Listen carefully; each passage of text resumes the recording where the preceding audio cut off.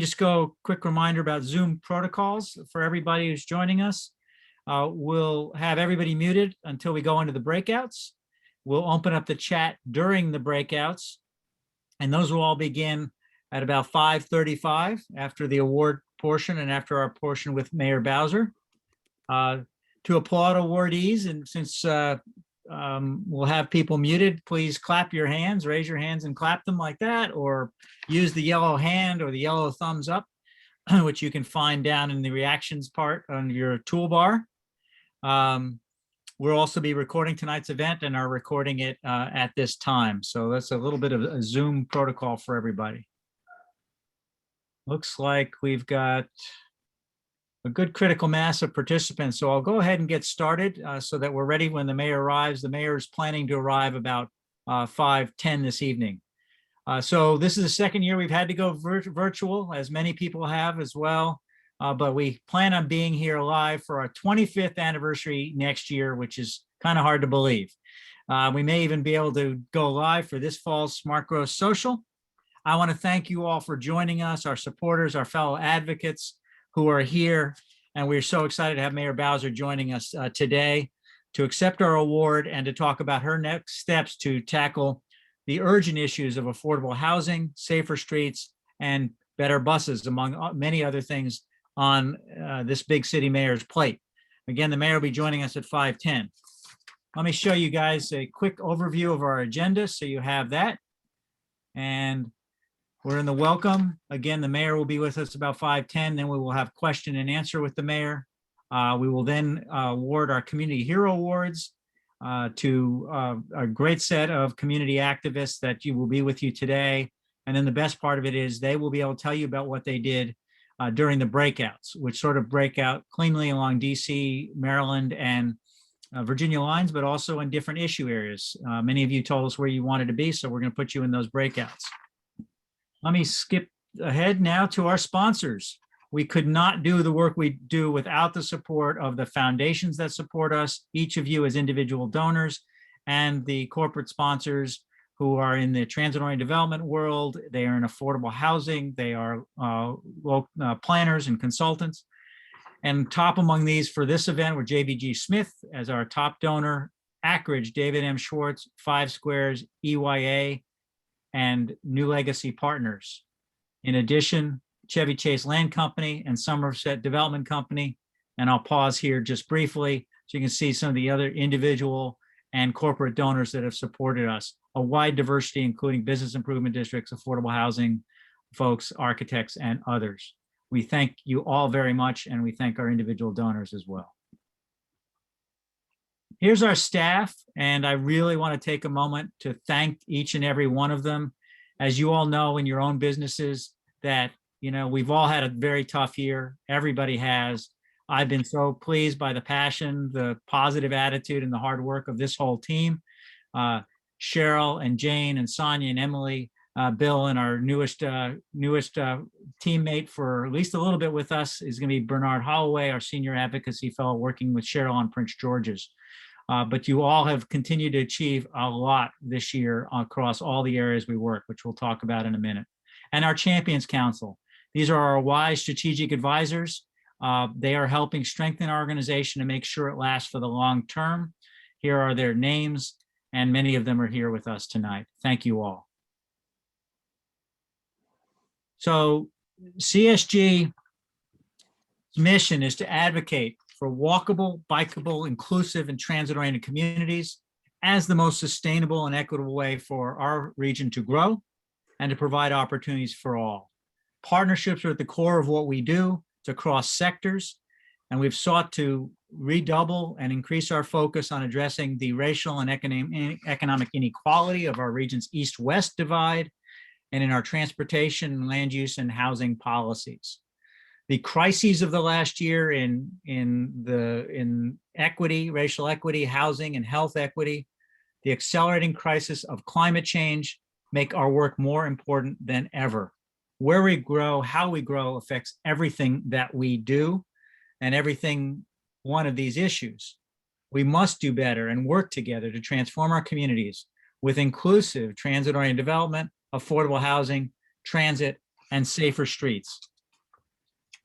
Let me give you a quick snapshot on our recent activities. And this is just a snapshot to give you some example of the range that we work.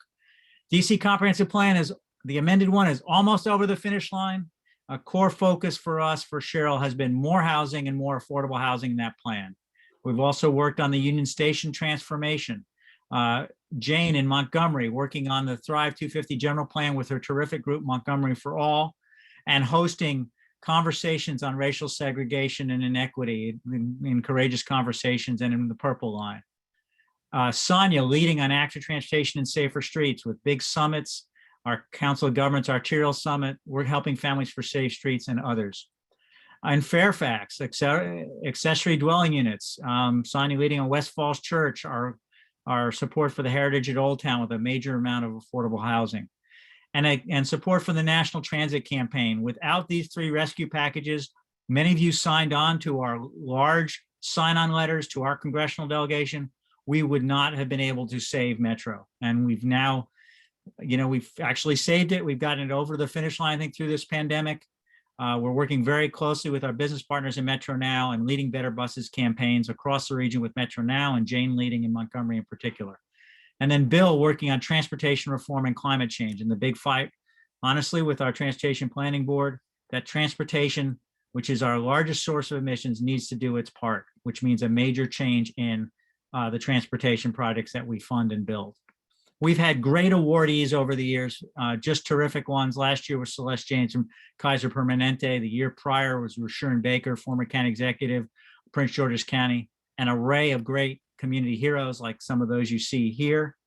And then even more going back in time across the spectrum of public and private sectors, local community activists, and every jurisdiction in the region. I'm going to get ahead of us, the mayor getting on board with us, just because I want to be, and by the way, team, let me know when the mayor arrives. Just because, I want to leave plenty of time for her remarks. You can see, a terrific picture and some parts of her achievement. We are particularly focused on her achievements in affordable housing. But the achievements are across a wide spectrum, and I'm going to have to pull up the list just to keep up with it.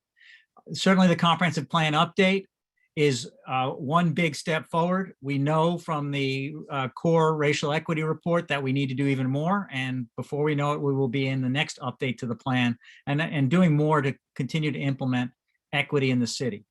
The mayor established just very ambitious goals for the region as a whole, for the Council of Governments, and was first to commit to a significant share of the region's growth with 36,000 new homes for the city, 12,000 for low-income residents, and that goal is by 2025, which is just around the corner. She is looking to commit all wards, including the most affluent, to have at least 15% of their housing as affordable, based upon the Housing Equity Report. Record appropriations to the Housing Production Trust Fund, $100 million a year, the most in the region and one of the highest in the US. Committing to public land for public good, addressing homelessness with high quality new short-term housing distributed throughout the city and linked to improved services and placement in secure homes. Launching the bus priority program, including the H&I bus lanes, 14th Street bus and bike lanes, and finally bringing us over the finish line with the 16th Street bus lane. Moving forward on Vision Zero, including reducing speed limits to 20 miles an hour, installing protected bike lanes and state-of-the-art pedestrian signals and other safety measures throughout the city. Although this is one area we know where we also have much more to do. We have achieved some of the highest bike and walk to work rates in the nation. We've also been developing innovative street parking management and flexible commuter benefits, and transforming street parking into streeteries as safe places for people to walk.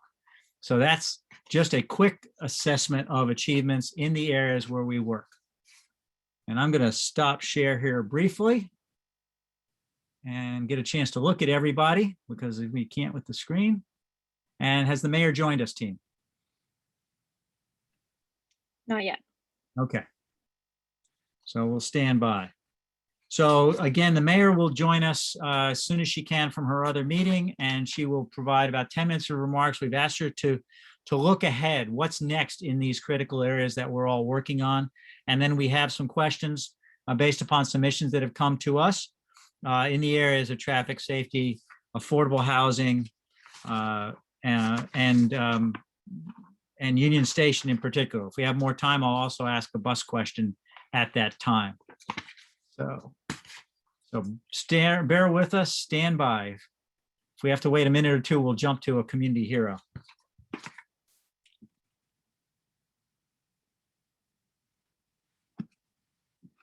And Natalia from the mayor's office, if you let us know if the mayor's running late, you can just go ahead and text me on my phone, and that'd be perfect.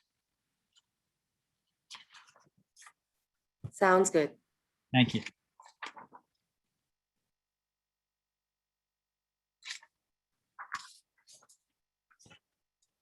All right, here comes the mayor.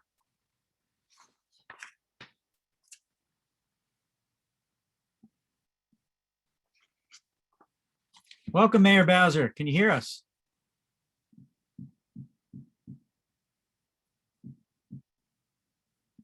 Welcome, Mayor Bowser. Can you hear us?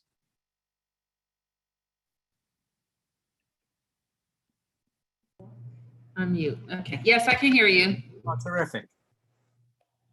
Okay, stand by, and I'm going to bring the presentation back up. I'm Stuart Schwartz, Executive Director of the Coalition for Smarter Growth, and we are so pleased to have you. We know your schedule is tight.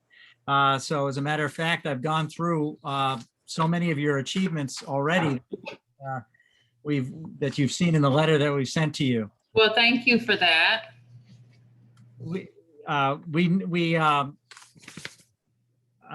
We just know how busy you are.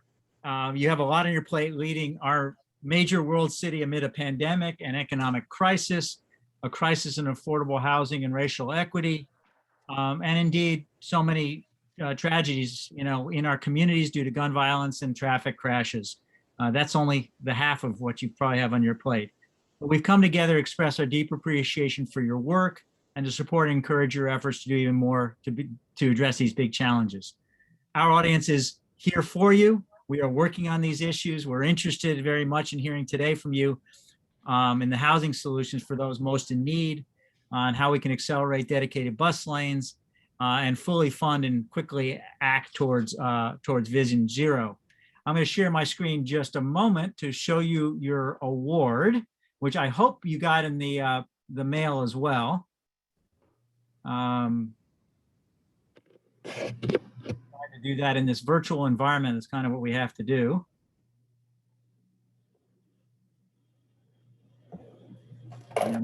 There we go.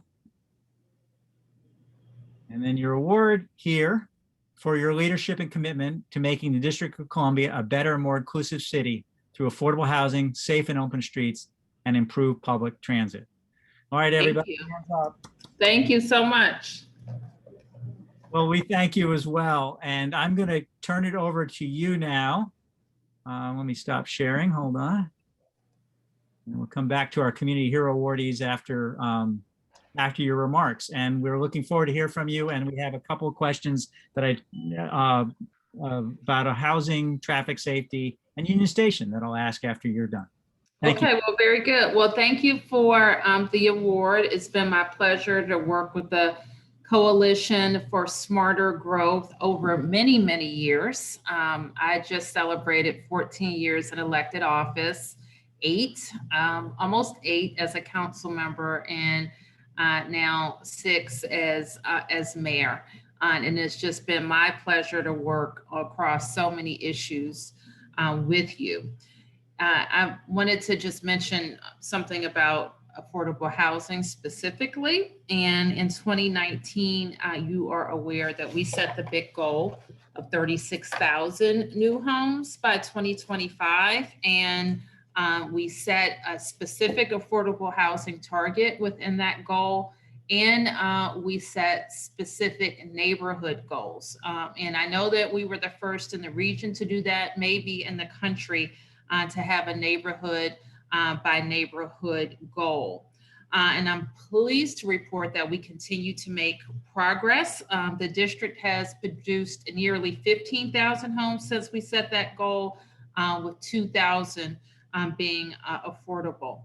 We continue to be very focused on that as we recover from COVID, as we also are working on our budget and in our defense of the comprehensive plan. So in addition to this work, we convened a rental housing strike force to anticipate changes to rental housing in the district, especially the impacts of COVID-19. And I expect a report from that committee any day now. We will deliver our report to the council in a month. I am pleased with the support of the Biden administration for housing. I've had the great opportunity to host Secretary Fudge in my office, and I think we should all be excited to work with a leader like her in working on housing issues. We are, of course, very focused on keeping people in their homes, and if you haven't heard about Stay DC, please share it with your network about people who are impacted by COVID who need help with rent and utilities. They can go to stay.dc.gov. And we are also very focused on how to keep our corridors vital and making up for a year of not having people go to restaurants freely, retailers, and the other businesses that make our city's corridors interesting and serve our residents. So we want them to take advantage of all the funding out there as well with the federal restaurants fund. And finally, we're pleased to see the council moving on the comprehensive plan, although I think they made some changes that are problematic for housing, the production of affordable housing. And we're going to keep working with them until the final vote is taken. So thanks for that. And I'm happy to take a few questions. Well, thank you very much. I think our first questions are in the affordable housing area, specifically. How will the city go beyond the historic investments you've been making in affordable housing to meet the particularly acute needs of extremely low-income families who have been most impacted by the pandemic, whether in funding or policies to target those households? Well, people impacted by the pandemic who can't pay their rent will have a huge infusion of dollars represented in our Stay DC fund. And we have the Biden administration in large part to thank for that, part of the American Rescue Plan, and actually a tranche of funds came in at the end of the Trump administration.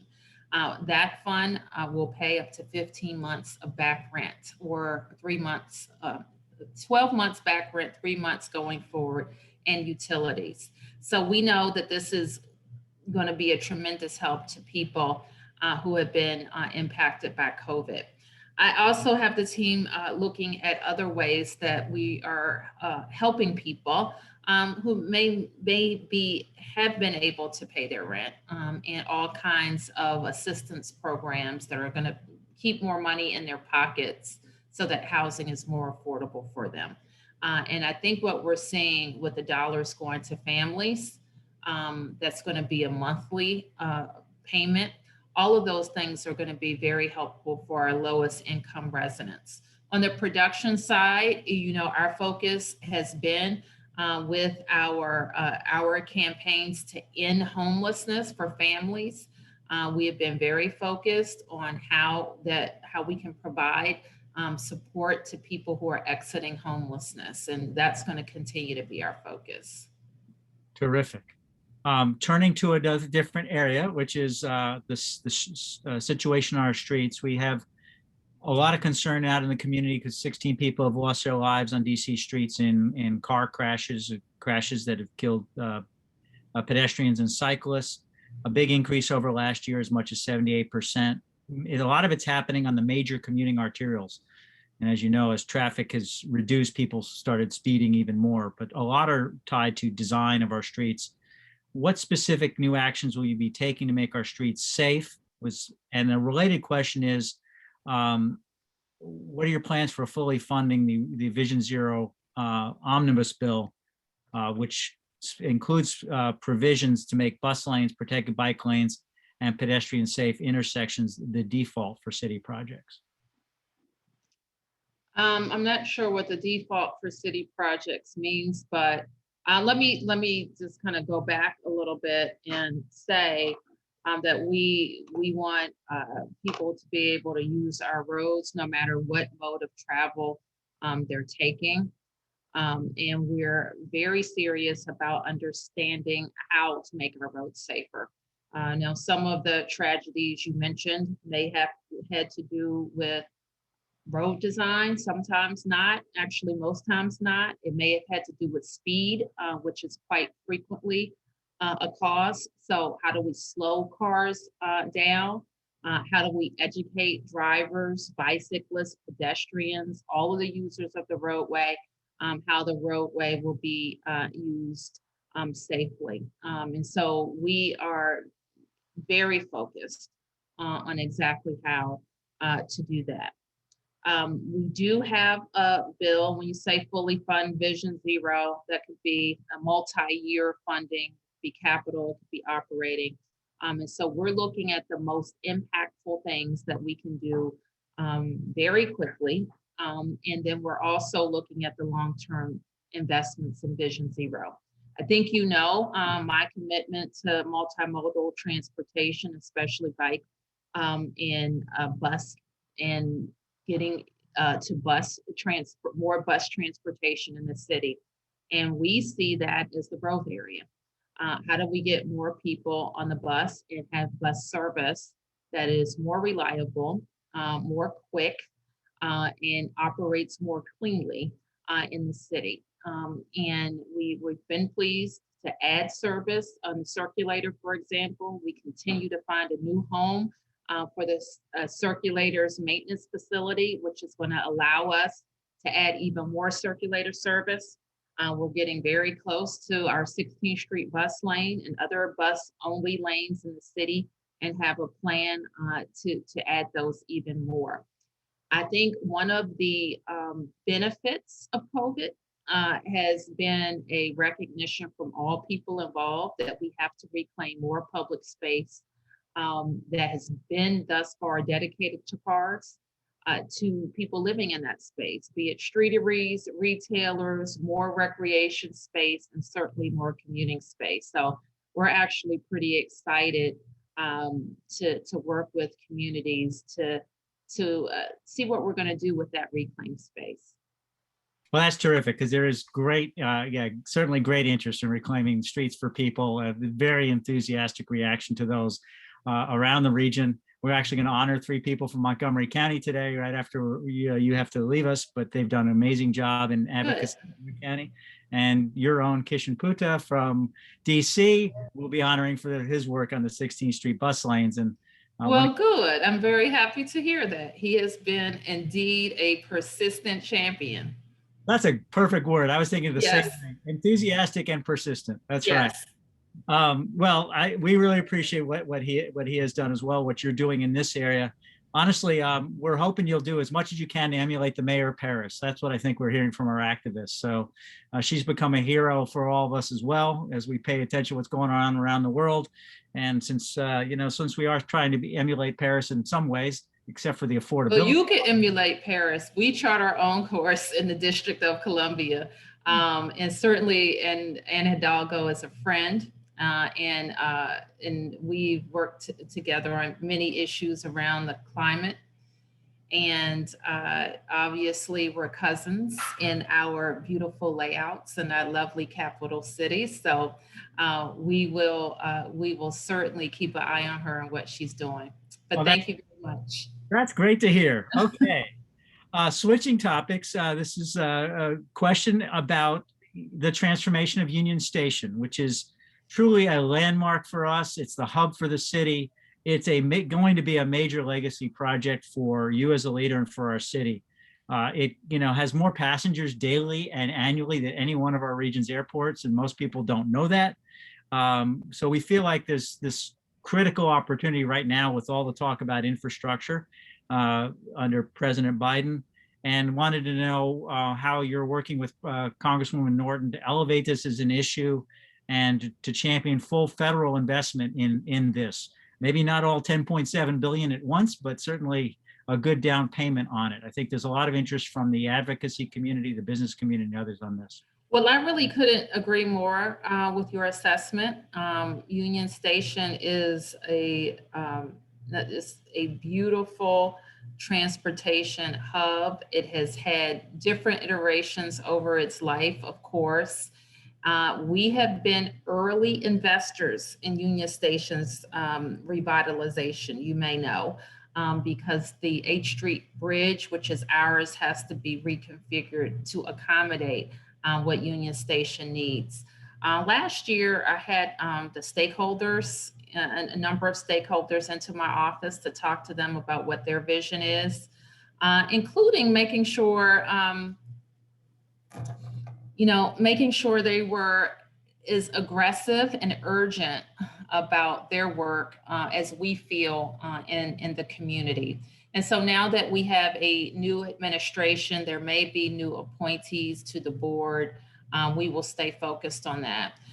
You're probably also aware that we have talked to them about their kind of parking vision to make sure that it's not that the parking doesn't overshadow everything else, and it's the best use of resources for the building. So we also made it we were asked to put have an infrastructure wish list, and that redevelopment for the feds was on our infrastructure with wish lists to have a Union Station that can accommodate the future of not just DC, but this region. This is one of those facilities that has just as much to do with our neighbors as it does in the district, even though it sits squarely in our neighborhoods. It serves this Northeast region, but also Maryland and Virginia have a sense of it doing well as well. So we're lucky in that. Well, thank you. And we'll continue to work with the Greater Washington Partnership, the Federal City Council, and others, and continue to write our letters and meet with the surrounding delegation to support you and Congresswoman Norton. So we really appreciate that. We want to be cognizant of your time.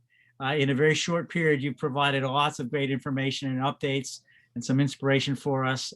We are here as a business and civic and advocacy community, nonprofit community, to work with you to help make this city better and continue to show the way for the rest of the region as well. You bet. So I really appreciate you being here. Thank you. Everybody raise your hands and Thank clap. you guys. I appreciate the work that you're doing, and keep it up. Bye-bye. Thank you, Mayor. Bye now.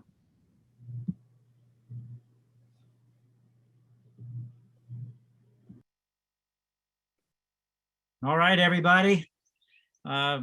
I think we made some news here. We're going to make sure to go back and look at the videotape, because there's a couple of great things that we can all follow up with the mayor on in terms of what we've heard. And Kishan, just to support your political career again here with, even though we're a 501c3 and I'm not supposed to, but we're going to start off with you as one of our community hero awardees in just a second. Let me turn to these great folks so that we can get to the breakouts as soon as possible. Each of these are very inspiring advocates, as are their predecessors, as are the people that we named this award after, Harry Sanders and Carl Henn. All folks who either have day jobs and are doing this, or are retired and doing this, no remuneration, but just want to make their communities better places. They either have learned about smart growth ahead of time before they got involved, or learned about it as they got involved in each of these areas where they work. And as I've noted tonight, we've got some great awardees from across the region. There are far more than we can possibly recognize out there in the world, but hopefully we'll encourage others with this. Let me turn to sharing the screen, which means I won't be able to see you all for a minute, but let me pull back the presentation. All right. So Kishen is an ANC commissioner. I think he's in a second or third round of being an ANC commissioner, and he had experienced the daily delays and overcrowding along 16th Street, and he started taking action. I don't think any of us thought it would take this long, but re-engineering a city takes a while. We're quickly discovering that re-engineering the suburbs takes even longer. Rather than read all of this, and many of you have probably seen on our website the full description for each of these folks of their awards. Hang on, I'm losing my control. I'm going to present the award now to Kishen for his tireless and successful advocacy for better bus service, especially dedicated bus lines along 16th Street to improve and speed commutes for thousands of residents each day. So let's show the claps for everybody. And, you know, you heard the words enthusiasm, persistence, patience, you know, has been involved in all this. One of the great things here is that we know planners and engineers for the city and the private sector have to actually design and implement these projects. They deserve credit as well. Megan Kanegi of DDOT will actually be joining Kishen's breakout. So I hope you can join there to learn about the latest on the DC dedicated bus lane progress. Let me switch to my next persons or people. Peter Gray, Allison Gillespie, Christy Daphnis of the Montgomery County Open Streets Coalition. Their award is for mobilizing support for open streets in Montgomery County to expand outdoor recreation and dining, making the county a regional leader amid the pandemic. I saw a preview of their PowerPoint. The number of things they did was exhausting to look at, and it probably mirrors everything Kishen had to do for one bus lane. But, you know, in the midst of the pandemic, we all recognized how much we need street space and outdoor space for people.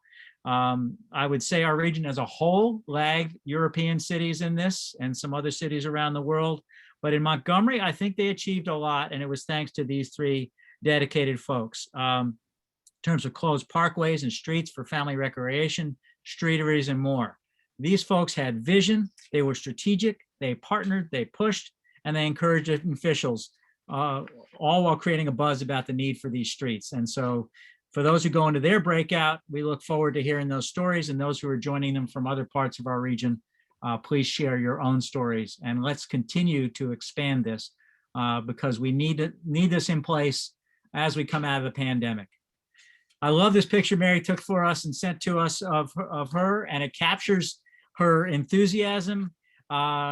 She is a force to be reckoned with. Mary has been a true leader in advocating for equity, inclusion, and social justice in Fairfax County's Richmond Highway corridor.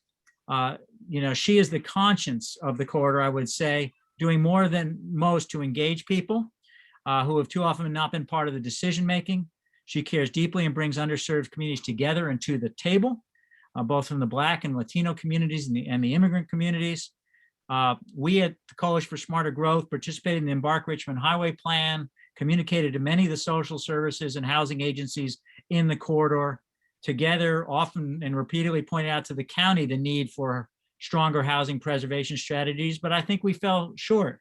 And Mary, as the interest in the Route 1 corridor is building, is seeing the risks and the dangers to the community in terms of losing affordable units and having displacement. And she's working on solutions with these folks at the table. So I think if you join the session with Mary, we'll learn about how it's affecting people and what we can do together, working with the county for preservation and inclusion strategies.